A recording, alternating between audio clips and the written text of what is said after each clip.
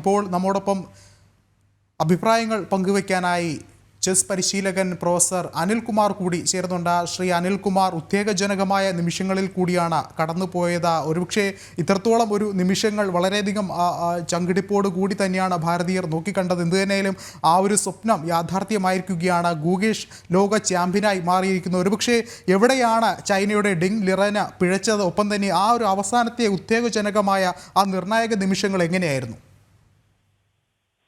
ഇന്ന് 14 ക്ലാസിക്കൽ ഗെയിമുകളിലെ ഏറ്റവും അവസാനത്തെ ഗെയിമാണ് ഇന്ന് കളിക്കപ്പെട്ടത്.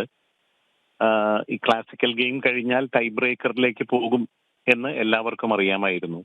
ടൈ ബ്രേക്കറിലേക്ക് കടക്കുകയാണെങ്കിൽ ഡിങ്ങിനാണ് കൂടുതൽ സാധ്യതകൾ എന്ന് പൊതുവെ എല്ലാ ചെസ് പണ്ഡിതരും വിലയിരുത്തുകയും ചെയ്തിരുന്നു. കാരണം ഡിങ് ഇന്ന് റാപ്പിഡ് ചെസ്സിലെ ലോക രണ്ടാം താരം, നമ്പർ 2 ആണ്.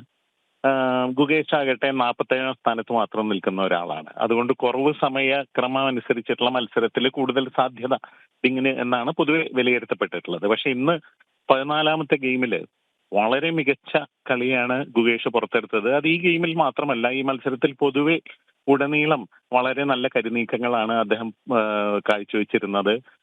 2-3 ഗെയിമുകളിൽ ദൗർഭാഗ്യം കൊണ്ടോ അല്ലെങ്കിൽ വേണ്ട സമയത്ത് നിർണായകമായിട്ടുള്ള ശരിയായിട്ടുള്ള നീക്കങ്ങൾ കണ്ടെത്താൻ പറ്റാത്തത് കൊണ്ട് വിജയം അദ്ദേഹത്തിന്റെ കൈപ്പിടിയിൽ നിന്ന് വഴുതി മാറി പോവുകയാണ് ചെയ്തത്. പക്ഷെ ഇന്നത്തെ കളിയുടെ ഒരു ഐറണി എന്താണെന്ന് വെച്ചാൽ, ആദ്യത്തെ ഉദ്വേഗജനകങ്ങളായിട്ടുള്ള ആ നീക്കങ്ങളൊക്കെ കഴിഞ്ഞ് ഒരു മധ്യഘട്ടം എത്തിയപ്പോൾ വീണ്ടും കളി ഡ്രോയിലേക്ക് തന്നെയാണ് പോയിരുന്നത്.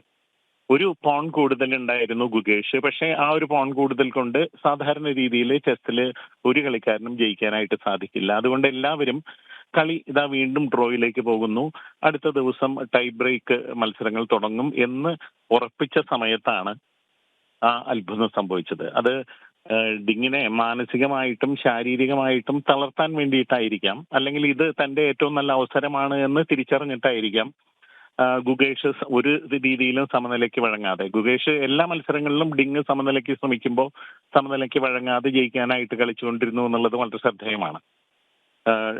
ഗുകേഷിന് ഒരു കളിക്കാരനെയും പേടിയില്ല. മാഗ്നസ് കാൾസനെ ആണെങ്കിലും അതുപോലെ തന്നെ ഡിങ്ങിനെ ആണെങ്കിലും ലോകത്തിലെ ഏറ്റവും മികച്ച താരങ്ങളെ നിർഭയനായിട്ട് നേരിടുന്ന ഒരു താരമാണ് ഗുകേഷ്.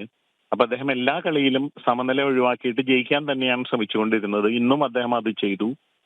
ഒരു 55 നീക്കങ്ങൾ ആയപ്പോ സ്വാഭാവികമായിട്ടും സമ്മർദ്ദത്തിൽ ആണ്ടിട്ടുള്ള ഡിങ് ലിറൻ മാനസികമായിട്ടും ശാരീരികമായിട്ടും തളർന്നു കാണണം. അദ്ദേഹം വളരെ മാരകമായിട്ടുള്ള ഒരു പിഴവ് നടത്തി. അദ്ദേഹം ശരിയായിട്ടുള്ള നീക്കങ്ങൾ കളിച്ചിരുന്നുവെങ്കിൽ കളി സമനിലയിൽ അവസാനിക്കുമായിരുന്നു. പക്ഷെ ആ ഒരു നീക്കം അത് കളിയെ ശരിക്കും ജയത്തിന്റെ ഒരു വഴിയിലേക്ക് കൊണ്ടുപോകാനുള്ള ഒരു അവസരം ഗുകേഷിന് നൽകി.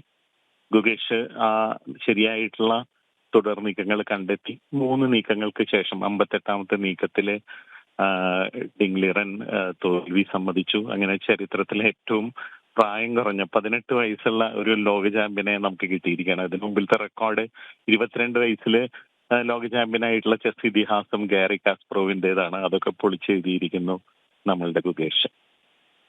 ശ്രീ അനിൽകുമാർ, ഒരുപക്ഷെ താങ്കൾ സൂചിപ്പിച്ചതുപോലെ തന്നെ ആ ഒരു കരുനീക്കങ്ങളുടെയൊക്കെ ഒരു ആകാംക്ഷ എന്ന് പറയുന്നത് തന്നെ വളരെയധികം ഉത്തേജകജനകമായിരുന്നു. ഒരുപക്ഷെ എവിടെയാണ് ഡിങ് ലിറന് പിഴച്ചത് എന്നുള്ളൊരു കാര്യമുണ്ട്. എന്തായിരുന്നു അത് സംബന്ധിച്ച്? ഞാൻ നേരത്തെ സൂചിപ്പിച്ചതുപോലെ 55ാമത്തെ ഡിങ് ലിറന്റെ നീക്കമാണ് മാരകമായിട്ടുള്ള പിഴവായിട്ട് മാറിയത്. അതിന് പകരം ഒരു വിവേകപൂർവമായിട്ടുള്ള ഒരു നീക്കം ഡിങ് ലിറൻ നടത്തിയിരുന്നുവെങ്കിൽ കളി ഇന്ന് സമനിലയിൽ അവസാനിക്കുമായിരുന്നു. പക്ഷേ കരുനീക്കങ്ങളുടെ പിന്നിൽ മനസ്സും ശരീരവും ഒക്കെ പ്രവർത്തിക്കുന്നുണ്ട്.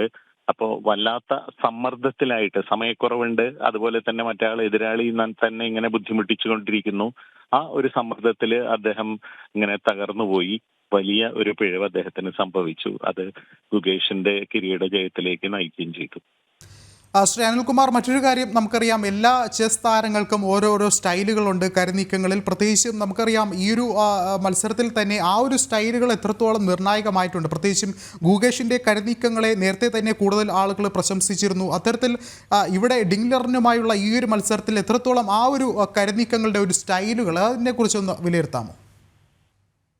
ലിറിന്റെ ശൈലി പഴയ ഒരു ലോക ചാമ്പ്യനായിട്ടുള്ള പെട്രോഷ്യൻ, അദ്ദേഹം പ്രതിരോധത്തിൽ ലോകം കണ്ട ഏറ്റവും നല്ല കളിക്കാരനായിരുന്നു.